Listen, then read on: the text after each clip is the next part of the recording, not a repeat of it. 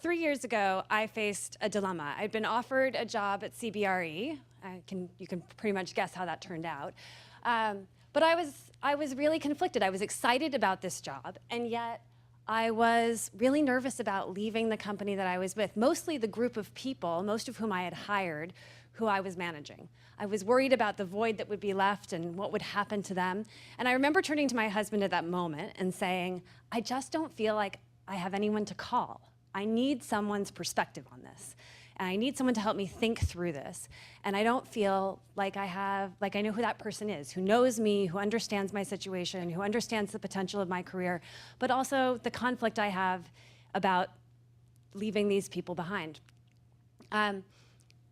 I have never been up until that point, I would say, I had never really been a believer in this idea of formal mentorship programs. I felt like mentors were people you found, who you respected, who you thought you saw something in them and they saw something in you. You didn't sit down and say, will you be my mentor and I'm gonna be your mentor. It didn't work that way to me, in my mind. I've had a number of great mentors in my life, both in my professional career and my educational career, but none of them were assigned to me. And so I was very skeptical about this idea of having a formal mentorship program.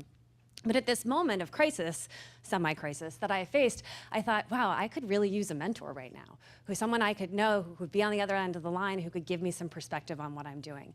And so when someone in HR from CBRE called me last year and said, we're doing our second year of the mentor program, would you like to be a mentor? I thought, sure, tell me more about it. So CBRE's mentor program is called Empower.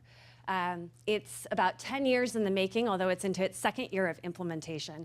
And it's really designed to help CBRE attract, retain, and engage emerging talent. It's built on the philosophy that great leaders develop other great leaders. And the idea is to strategically pair, and I think strategic is an important word, not just randomly assign, strategically match high potential professionals with other senior leaders in the organization. It doesn't stop there though. Each mentor-mentee pair is also assigned an executive sponsor who is at the highest level of the organization, who is really an advisor to both the mentor and the mentee in thinking about how we build professional development for those individuals, but also how we connect them to the right people in the organization regardless of where they are. And then the program augments those personal relationships with a regular series of activities, tools, and resources really designed to help them move forward in their professional development. How does it work? Well, nominated individuals, and you have to be nominated for the program, are then invited to apply to be part of the program. They have to say why they want to be part of it, what they think they're going to get out of it. They have to set their own goals. So they have to be motivated to begin with to really be as part of the program. The selected applicants are then very carefully matched with mentors and executive sponsors. They meet regularly to discuss their progress, whether that's their long-term development goal or just getting through the week's to-do list, and sometimes it's both. And then they participate in monthly webinars and other kinds of learning and training opportunities, really designed to help them move forward in their goals. Certainly for mentees, it gives them exposure to a variety of different leadership styles and some really one-on-one personalized support around what their goals are. For the mentors and executive sponsors, it's equally as valuable because it's giving them visibility into the people in the organization that they might not otherwise see, and also some cross-pollination of ideas across geographies, business lines, job functions in the organization that they might not have. This is Lauren. She's in the audience, she's over there. I encourage you to talk to her. She's my mentee.